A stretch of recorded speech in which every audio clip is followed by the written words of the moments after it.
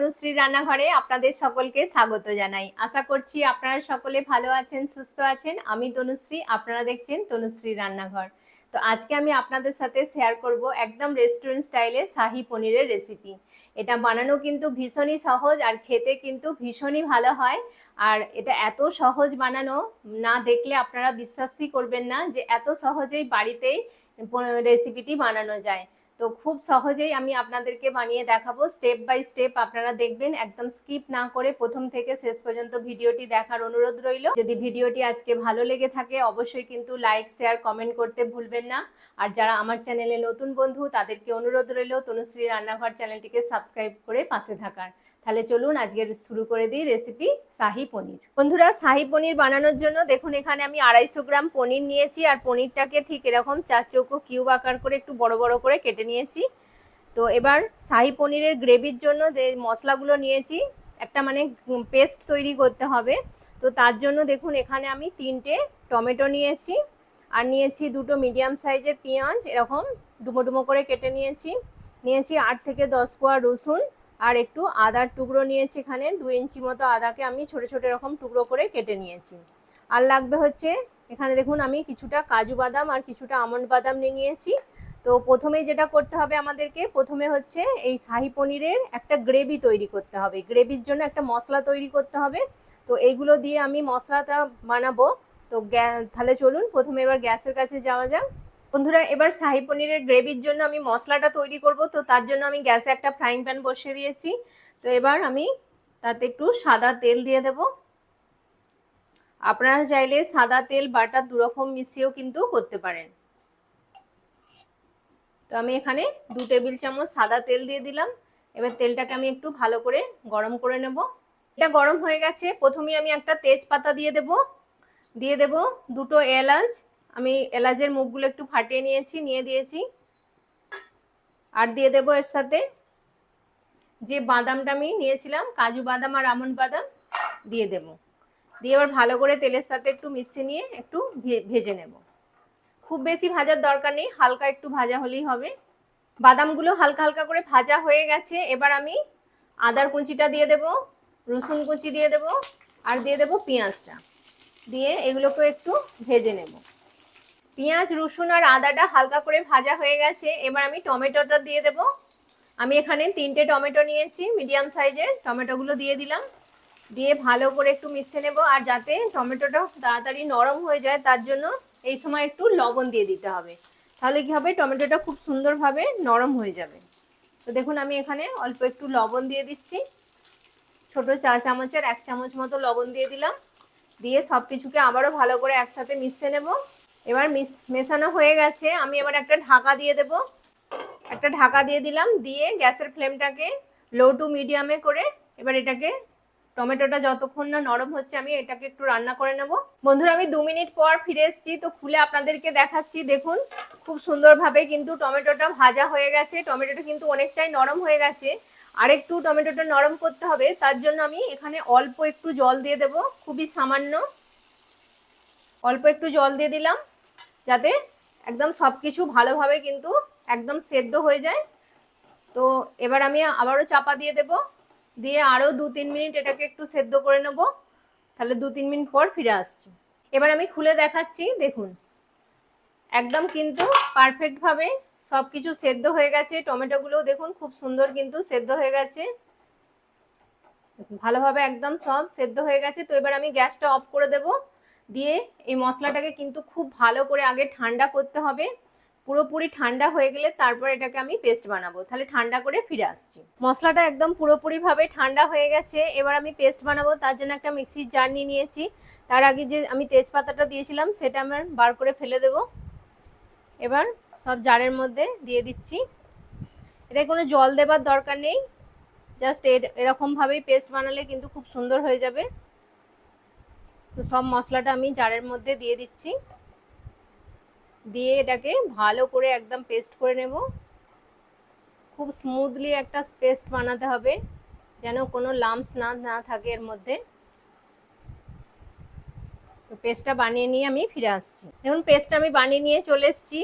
আর ঠিক কীরকম পেস্টটা হয়েছে আমি আপনাদেরকে দেখাচ্ছি। দেখুন খুব সুন্দর কিন্তু স্মুথ একদম পেস্টটা হয়েছে। এরপরেও কিন্তু এটাকে মানে ছেঁকে নিতে হবে, না হলে কিন্তু এর ভেতরে যদি কোনো দানা জাতীয় কিছু থাকে তাহলে কিন্তু সেটা গ্রেভির মধ্যে একদমই ভালো লাগবে না। সেই জন্য অবশ্যই কিন্তু এটাকে ছেঁকে নিতে হবে, যাতে একদম মানে যে গ্রেভিটা হবে যেন একটা ক্রিমি টেক্সচার আসে। তো এবার আমি এটাকে ছেঁকে নেব। তার জন্য দেখুন একটা বাটি নিয়ে নিয়েছি আর একটা ছাঁকনি নিয়ে নিয়েছি। এবার এই ছাঁকনিটার মধ্যে আমি এটা ঢেলে দেব। পেস্টটা ঢেলে দিলাম, দিয়ে এবার ভালো করে ছেঁকে নেব। এইভাবে করলেই দেখবেন গ্রেভিটা ভালোভাবে কিন্তু একদম ছেঁকে পড়ে যাবে তলায়। দেখুন মশলাটা আমি ভালো করে কিন্তু একদম ছেঁকে নিয়েছি। আর দেখুন এটা কতটা আটকে গেছে এই ছাঁকনির মধ্যে। এটা কিন্তু গ্রেভির মধ্যে একদমই ভালো লাগতো না, এই জন্য ছেঁকে নিলে কি হবে, গ্রেভিটা যে হবে শাহি পনিরের একদম ক্রিমি হবে। তো দেখাচ্ছি আমি আপনাদেরকে ছেঁকে নেওয়ার পর, দেখুন কতটা সুন্দর হয়েছে। তাহলে চলুন এবার বাকি প্রসেসটা শুরু করি রান্নার। এবার আমি গ্যাসে একটা কড়া বসিয়ে দিয়েছি। এবার কড়ার মধ্যে একটু সাদা তেল দিয়ে দিয়েছি। পনিরগুলোকে এবার একটু ভেজে নেব। তো প্রথমেই একটু লবণ দিয়ে দিচ্ছি হালকা করে তেলেতে। লবণটা দিয়ে ভালো করে তেলের সাথে একটু মিশিয়ে নিচ্ছি। আপনারা চাইলে পনির কাঁচাও কিন্তু একদম গ্রেভির মধ্যে দিতে পারেন। অল্প একটু ভেজে নিলে কিন্তু টেস্টটা বেশি ভালো হয়। খুব কিন্তু একদম কড়া করে ভাজলে হবে না, হালকা করে একটু ভেজে নিতে হবে। তো তেলটা আমার হালকা গরম হয়ে গেছে। এবার আমি পনিরগুলো এক এক করে দিয়ে দেবো। খুব কিন্তু আমি লাল লাল করে পনিরগুলো ভাজবো না, হালকা একটু কালার আসবে সেরকম ভেজে নিতে হবে। পনিরগুলোকে এবার আমি উল্টে দেবো আস্তে আস্তে। যেহেতু পনিরগুলো খুব নরম সেই জন্য খুব হালকা হাতে এগুলোকে আস্তে আস্তে উল্টে দিতে হবে। দেখুন হালকা হালকা কিন্তু কালার চলে এসছে। প্রত্যেকটা পনিরকে আমি এইভাবে উল্টে দেব। আর এই সময় গ্যাসের ফ্লেমটা কিন্তু লো করে দিতে হবে, নাহলে কিন্তু পনিরগুলো একদম পুড়ে লাল হয়ে যাবে। তো সেই জন্য একদম গ্যাসের ফ্লেমটা লো করে দিয়ে কিন্তু পনিরগুলো ভাজতে হবে। পনিরগুলো দেখুন ভাজা হয়ে গেছে। এবার আমি পনিরগুলো তুলে নিচ্ছি এক এক করে। এর থেকে বেশি কিন্তু আর ভাজবো না। আপনারা চাইলে যদি মনে করেন যে পনিরগুলো শক্ত হয়ে যাবে, তাহলে কিন্তু একটু হালকা গরম জলে অল্প একটু লবণ দিয়ে পনিরগুলো এরকম ভেজে নিয়ে তাহলে সেই জলের মধ্যে ডুবিয়ে রাখলে কিন্তু পনিরগুলো খুব সুন্দর সফট থাকবে। আর আমি যেহেতু এখানে একদম ফ্রেশ পনিরটা নিয়েছি, তো আপনারা দেখে বুঝতে পারছেন কি জানি না, একদম কিন্তু সফট নরম, মানে ভাজতে গেলেই পুরো ভেঙে যাবে এরকম অবস্থা। খুবই একদম ফ্রেশ পনির। সেই জন্য আমি কিন্তু আর গরম জলে ভেজাবো না। আপনারা যদি মনে করেন যে আপনাদের পনিরগুলো শক্ত হয়ে যাবে ভেজে এরকম রেখে দিলে, তাহলে কিন্তু হালকা গরম জলে অল্প একটু লবণ দিয়ে ভিজিয়ে রাখবেন 10 মিনিট মতো। তারপর গ্রেভিতে ইউজ করবেন, তখন কিন্তু একদম নরম থাকবে পনিরগুলো। তো সব পনিরগুলো আমি তুলে নিলাম। এই তেলের মধ্যেই এবার আমি ফোড়ন দিয়ে দেব। ফোড়নের জন্য এখানে দেখুন আমি গোটা জিরে নিয়েছি একদম হাফ চামচ, দুটো ছোট এলাচ নিয়েছি ফাটিয়ে, একটু দারচিনি, দুটো লবঙ্গ, একটু জয়িত্রীর একটুখানি ফুলটা নিয়েছি, আর এটা স্টার ফুলের একটুখানি নিয়েছি। তো আপনারা চাইলে শুধু গরম মশলা দিয়েও কিন্তু করতে পারেন, এগুলো ছাড়াও কিন্তু মানে বানানো যায়, তাতেও কিন্তু টেস্টটা খুব সুন্দর হবে। যদি আপনাদের হাতের কাছে না থাকে শুধু গরম মশলা দিলেই হবে, গোটা গরম মশলা। তো এবার আমি ফোড়নের জন্য দিয়ে দিলাম এগুলো সব একসাথে, দিয়ে কয়েক সেকেন্ড একটু ভেজে নেব। ফোড়নটা থেকে খুব সুন্দর একটা গন্ধ বেরিয়েছে। এবার আমি এতে দিয়ে দেব হলুদ গুঁড়ো। দেখুন হাফ চামচ মতো হলুদ গুঁড়ো নিয়ে নিলাম। দিয়ে দেব কাশ্মীরি লঙ্কার গুঁড়ো হাফ চামচ। এই সময় অবশ্যই কিন্তু গ্যাসের ফ্লেমটা একদম লো করে রাখবেন, নাহলে কিন্তু মশলাটা পুড়ে যাবে।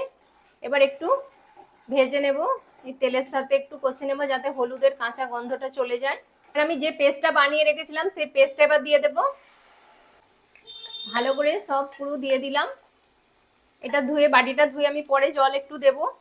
এবার ভালো করে কিন্তু মশলাটা একদম তেলের সাথে ভালো করে কিন্তু মিশিয়ে কষাতে হবে। দেখুন কত সুন্দর কালারটা চলে এসছে।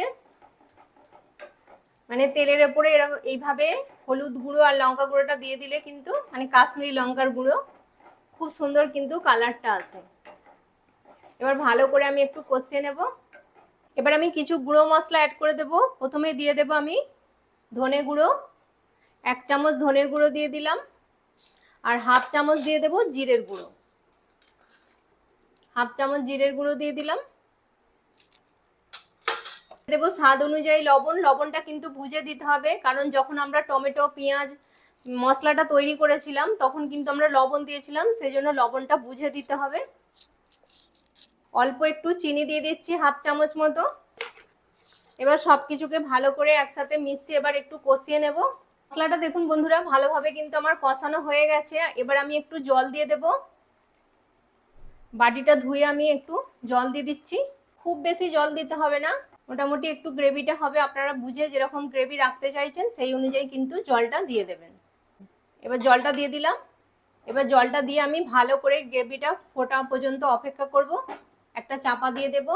গ্রেভিটা ভালোভাবে যখন ফুটবে তারপর আমি ফিরে আসছি। গ্রেভিটা কিন্তু খুব ভালোভাবে এবার ফুটে গেছে। এবার খুলে আপনাদেরকে দেখাচ্ছি। এবার আমি এখানে দিয়ে দেব একটু গোলমরিচ গুঁড়ো, ঝালের জন্য 1/2 চামচ মতো গোলমরিচের গুঁড়ো দিয়ে দিলাম।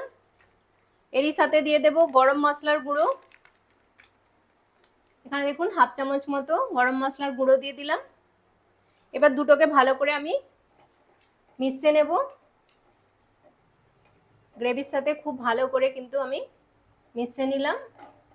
এবার যে পনিরগুলো আমি ভেজে রেখেছিলাম সেগুলো দিয়ে দেব।